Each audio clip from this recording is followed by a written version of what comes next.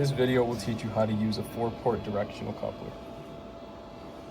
To start, the setup includes the RF amplifier, your signal generator going into the RF input, your RF output going into the input port of your coupler, your output going to an attenuated load down there or whatever load you may be using, and the forward and reflected ports will be connected to your oscilloscope.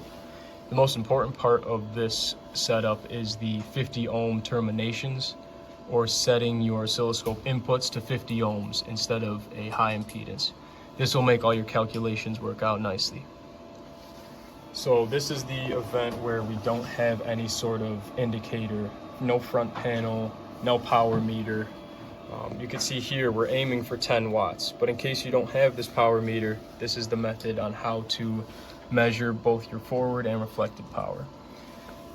So the forward channel is going to be this yellow, and then the reflected is the purple. You can see we have 700 millivolts RMS, and then reflected is about 13 millivolts RMS. So how do we interpret that? We have to look at our coupling factor. So each coupler has a unique factor to it across the bandwidth. In this case, it is 30.1 dB. To calculate your multiplier that will be used for our calculations, it's going to be 10 to the 30.1 divided by 10, which gives us 1023.29. Now we can use our numbers we measured on the oscilloscope to calculate forward and reflected. So we will do that here.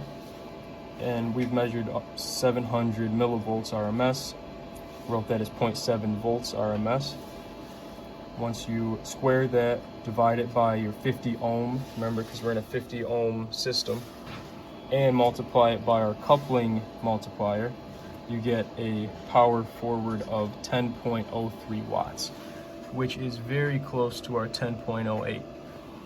Similarly, power reflected, our 13 millivolts RMS, calculates out to be 3.46 milliwatts.